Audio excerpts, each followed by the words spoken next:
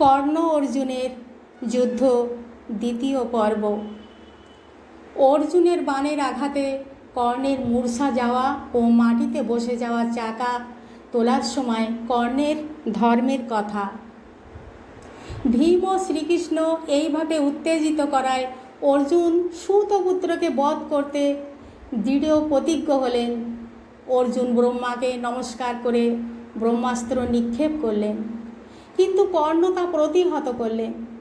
অপরদিকে কর্ণ ও অর্জুনের উপর অজস্র বাণ নিক্ষেপ করতে লাগলেন। উভয় পক্ষের সেনা ঘোড়া সারথি মৃত্যুমুখে পতিত হল। দুর্যোধনের কৌরব সেনার মৃত্যু হল। কৌরব যোদ্ধারা পালিয়ে যেতে লাগল। কর্ণ চারিদিকে তাকিয়ে দেখলেন সব শূন্য, কিন্তু তিনি ভয় পেলেন না। তিনি অর্জুনকে পুনরায় আক্রমণ করতে বললেন। অর্জুন কাল দণ্ডের ন্যায় কর্ণকে আঘাত করলেন। বাণের আঘাতে কর্ণের দেহে ক্ষত সৃষ্টি হল। কর্ণের মুকুট মাটিতে পড়ে গেল। তার বর্মটি টুকরো টুকরো হল।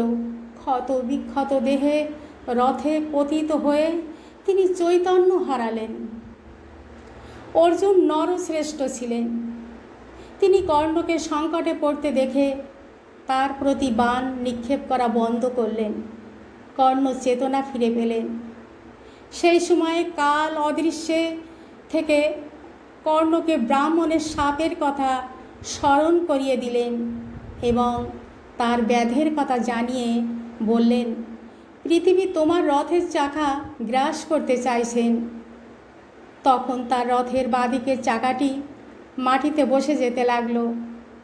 তখন পরশুরাম প্রদত্ত ব্রহ্মাস্ত্র শিক্ষার স্মৃতি বিস্মরণ হল।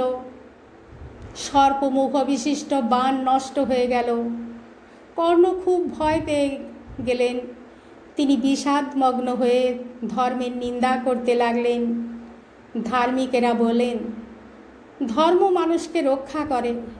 আমি শক্তি অনুযায়ী ধর্ম পালন করেছি, কিন্তু সেও আমাকে মারছে। এই অবস্থায় কর্ণ মরিয়া হয়ে যুদ্ধ করতে লাগলেন।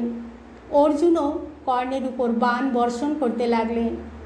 কর্ণ ও অর্জুনের বাণ খণ্ড বিখণ্ড করে দিচ্ছে।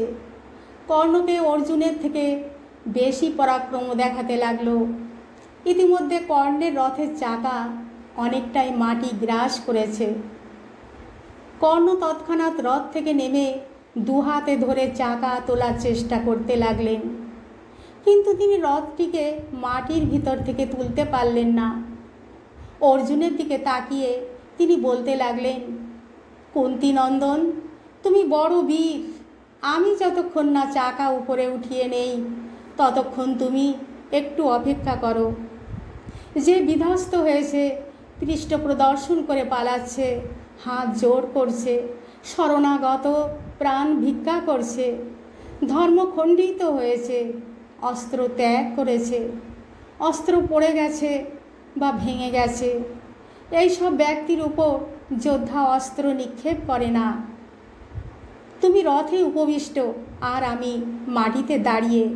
এই সময় আমার উপর তোমার আঘাত করা উচিত নয়। কর্ণের কথার জবাব শ্রীকৃষ্ণের।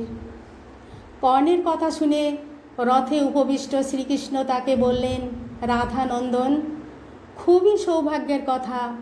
এখন তোমার ধর্মের কথা মনে পড়েছে। প্রায়শ দেখা যায় নিজ ব্যক্তিরা বিপদে পড়ে ভাগ্যের নিন্দা করে, নিজের কৃত কুকর্মের নয়। কর্ণ, পাণ্ডবদের বনবাসের 13 বৎসর পূর্ণ হলেও তুমি তাদের রাজ্য ফিরিয়ে দিতে চাওনি। তোমার ধর্ম তখন কোথায় ছিল? তোমারই পরামর্শে রাজা দুর্যোধন যখন ভীমকে বিষ মিশ্রিত খাবার খাইয়েছিল এবং সর্প দিয়ে দংশন করিয়েছিল, তখন কোথায় ছিল তোমার ধর্ম?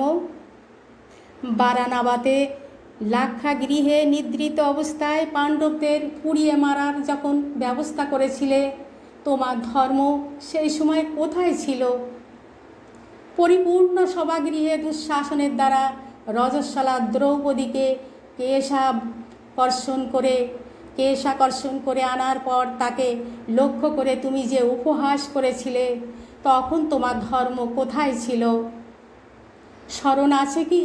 তুমি দ্রৌপদীকে বলেছিলে, কৃষ্ণে, পাণ্ডবরা বিনষ্ট হয়ে গেছে, এবার তুমি অন্যকে কোনো পতি বরণ করো। এই বলে তুমি তাকে বিস্ফারিত নয়নে দেখছিলে। তখন কোথায় ছিল তোমার ধর্ম? তুমি রাজ্য লোভে শকুনির পরামর্শে যখন পাণ্ডবদের দ্বিতীয়বার জুয়ার আমন্ত্রণ জানালেন, কোথায় ছিল তোমার ধর্ম? অভিমন্যু একাকী বালক, তা সত্ত্বেও তোমরা বহু মহারথী মিলে তাকে ঘিরে ধরে বধ করেছিলে। কোথায় ছিল তোমার ধর্ম? তুমি যে নিকৃষ্ট কর্ম করেছ, তা আজ ধর্মের দোহাই দিয়ে কোনো লাভ হবে না। আজ তোমার রেহাই নেই। শ্রীকৃষ্ণের কথায় কর্ণ লজ্জায় মাথা নিচু করলেন। শ্রীকৃষ্ণের কথার কোনো উত্তর দিতে পারলেন না।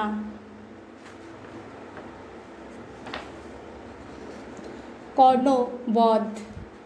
শ্রীকৃষ্ণ বললেন, অর্জুন, কর্ণ রথে ওঠার আগেই তার মস্তক ছেদন করো।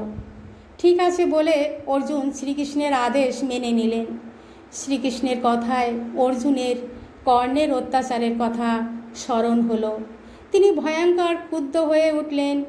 অর্জুন কর্ণের ধ্বজায় বাণ নিক্ষেপ করলেন। ধ্বজা ভেঙে গেল। তিনি তুন থেকে ইন্দ্রের বজ্র এবং যমরাজের দণ্ডের ন্যায় বাণ হাতে নিলেন। এই তীব্র গতি সম্পন্ন কালাগ্নির ন্যায় ভয়ঙ্কর বাণ গাণ্ডীব ধনুকে ছাড়িয়ে বললেন, আমি যদি তপস্যা করে থাকি, গুরুজনদের সেবা দ্বারা প্রসন্ন করে থাকি, যজ্ঞ করে থাকি, তাহলে সেই সত্য প্রভাবে এই বাণ যেন আমার শত্রু কর্ণকে নাশ করে।